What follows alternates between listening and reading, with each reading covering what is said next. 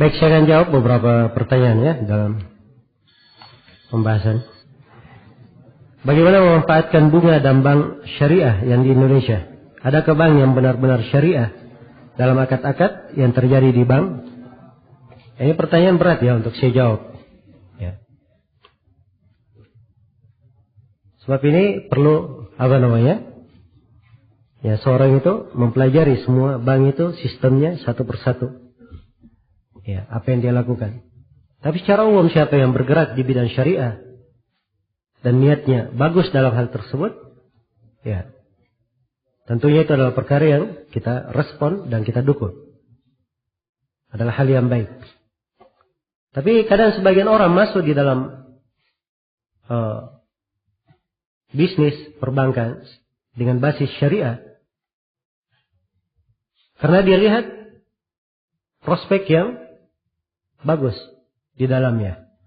Dia hanya memikirkan keuntungan saja. Biasanya orang-orang yang masuk dengan niat yang seperti ini yang banyak merusak biasanya.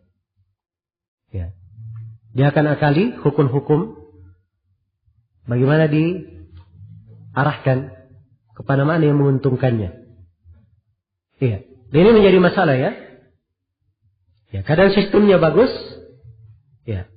Tapi dari sistem tersebut karena orang yang menjalankannya tidak paham ketentuan-ketentuan syar'i, maka dia hanya mengakal-akali ketentuan tersebut, ya, sehingga mendapatkan keuntungan dan mereka kemas sedemikian rupa supaya tidak dianggap jatuh di dalam pelanggaran.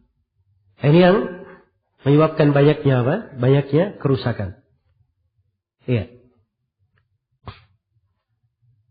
Karena itu saya sendiri menghimbau dan menganjurkan ya supaya lebih diperdalam lagi bagaimana pembahasan ilmu-ilmu ekonomi syariat itu dan sistem muamalah syariat. Ya. Kemudian yang kedua, diperbaiki niat dan maksud di dalam hal ini. Kemudian yang ketiga, hendaknya bank-bank tersebut itu dibangun di atas sifat perekonomian Islam. Ya, bukan dibangun di atas sistem kapitalisme, ya, ataupun sistem-sistem perekonomian yang lainnya, yang hanya mengunggulkan keuntungan walaupun di atas penderitaan orang lain. Iya. Kemudian perlu evaluasi banyak dari bentuk-bentuk dari muamalah syariat itu perlu dievaluasi kembali, diperhatikan bagaimana sistemnya. Ya. Kemudian yang keempat, hendaknya diamalkan kaidah-kaidah yang mengarah kepada penjagaan syariat itu. Seperti kaidah saddud dari'ah, ditutup segala pintu yang bisa mengantar kepada hal-hal yang diharamkan. Apakah ada multi level marketing yang sesuai dengan syariat? Ya, saya nggak tahu ya tentang ada atau tidak ada. Ya, insyaallah taala kita akan lihat nanti bagaimana hukum multi level marketing ini akan kita rinci nanti pembahasan yang akan datang insyaallah di akhir pembahasan. Kita akan terangkan haramnya ya multi level marketing itu dengan bentuk yang akan kita sebutkan. Kalau ada yang menyebut bentuk yang lain walaupun dengan penamaan yang sama, yang kita lihat adalah bentuknya. Bagaimana cara bisnisnya.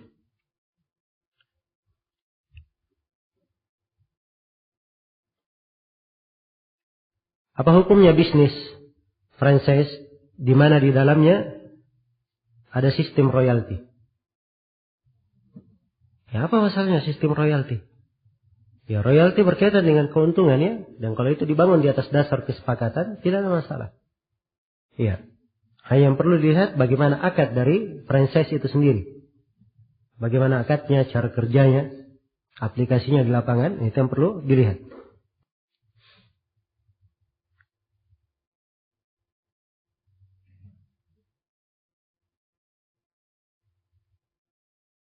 Ana memberikan kitab ke anak-anak didik anak.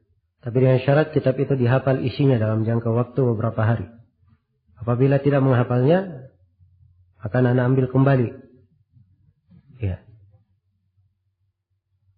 Dengan niat menekankan dalam penguasaan kitab itu. Tapi niat anak apabila tidak menghafal semuanya tetap akan dikasih. Tidak ada masalah ya kalau dia beli kitab ini dan akhirnya dia beli dari dana pribadinya, itu tidak ada masalah ya, itu dari bentuk kebaikan. Ya. Sifatnya di akad tabarruat yang seperti ini tidak ada masalah. Dia beri ya dengan syarat itu tidak ada masalah. Ya, sebab ini sifatnya tabarru dan itu diperbolehkan.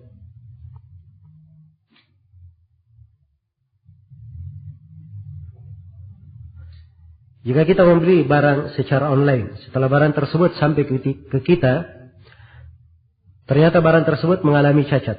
Apakah boleh kita meminta ganti barang tersebut? Mengingat kerusakan yang terjadi pada saat berada dalam proses pengiriman?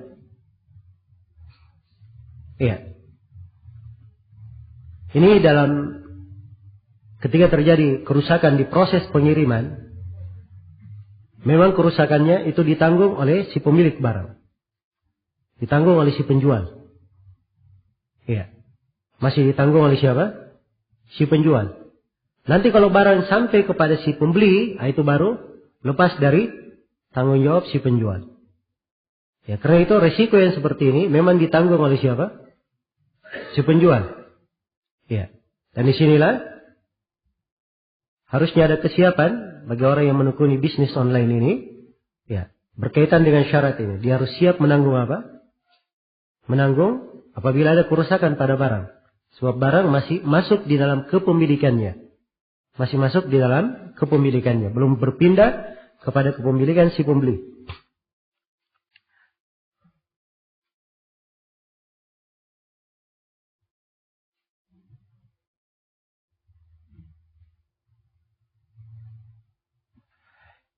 Anda membeli suatu barang dengan maksud untuk dijual kembali.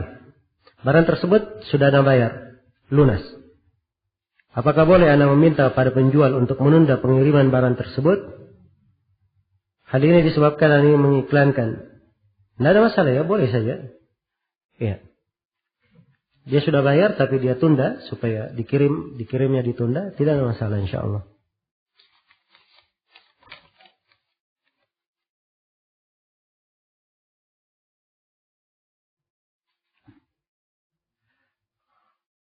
Apa hukum jual beli dengan sistem via online dengan sistem sebagai berikut. Satu, sistem per order. A ingin membeli barang dari luar negeri, tapi dia tidak mampu. B bisa membantu membeli barang tersebut dengan upah tertentu. Tapi A harus transfer dulu agar tidak dirugikan oleh A karena kalau dia membatalkan. Ya, kalau misalnya disetujui seperti itu dengan upah tertentu, itu namanya wakil. Dan orang yang menjadi wakil boleh dia minta duitnya di depan. Iya. Jelas ya? Jadi si B yang mau membantu boleh dia minta kepada si A transfer dahulu. Sebab memang dia kerjanya hanya sebagai apa? Sebagai wakil saja. Boleh dia minta. Kemudian yang kedua, sistem rekber, rekening bersama. A ingin membeli barang dari B, tapi takut ditipu, si C bisa membantu dengan cara A mentransfer uang kepada C. Kemudian B mengirim barang. Setelah barang datang kepada si A, si C mentransfer uang kepada si B dengan upah tertentu. Jika barang tidak sesuai, A mengembalikan barang kepada B dan C mengembalikan uang kepada si A.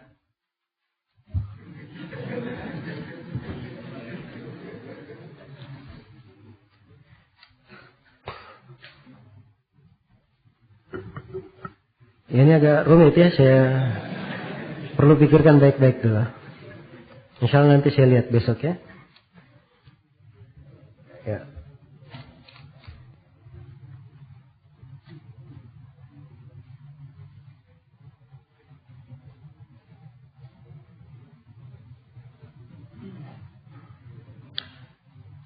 Saya masih bingung apa perbedaan antara salam atau salaf dengan menjual barang yang belum dimiliki. Ya beda ya antara keduanya. Ya, barang yang belum dimiliki belum di tangan. Ya. Dan tidak bisa dipastikan. Jelas ya? Adapun salam, dia memang di saat itu belum dimiliki. Tapi dari sisi kebiasaan, biasanya barang itu apa? Ada di waktunya. Maka ini kedudukannya sama kalau dia sudah apa? Sudah memiliki barang. Ya, dan saya sudah sebutkan gharar yang sifatnya sedikit karena ada maslahat itu tadi dia apa? Dimaafkan. Dan yang seperti ini sifatnya dia apa? Dimaafkan. Karena itu Nabi membolehkan salam tersebut. Karena hal yang seperti itu dimaafkan.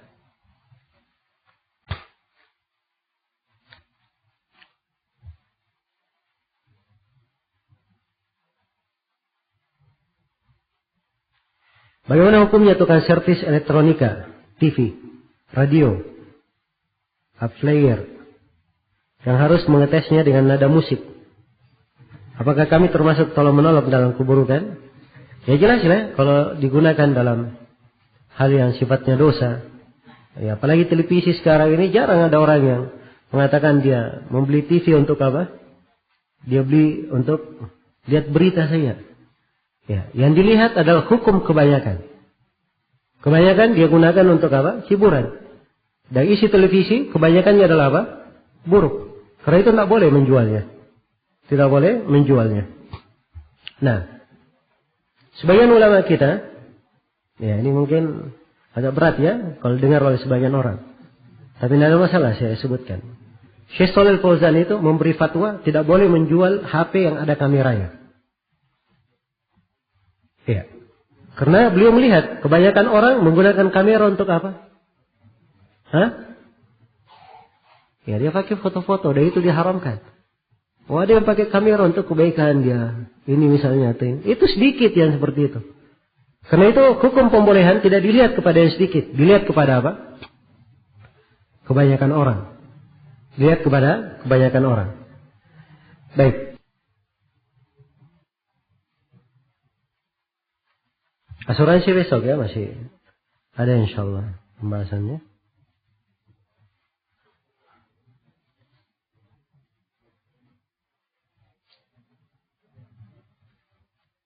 Kakak bekerja di jam sostek. Dan Anda tidak tahu apakah kakak mengambil riba di dalamnya atau tidak.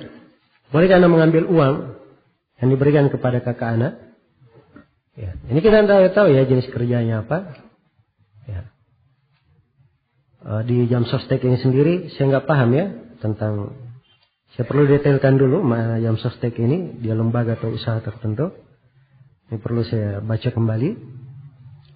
Nah, ala kulli hal kalau misalnya si kakak dia mengambil dari hasil usaha yang bercampur, ya, misalnya ada sumber penghasilannya dari hal yang bercampur. Maka tidak ada masalah mengambil pemberian darinya. Karena kaidahnya al-itsmu 'alal mubashir. Dosa ditanggung terhadap orang yang melakukannya secara apa? Secara langsung. Karena Nabi SAW beliau bermuamalah dengan orang Yahudi. Dan Yahudi itu makan apa? Makan riba. Yahudi makan riba.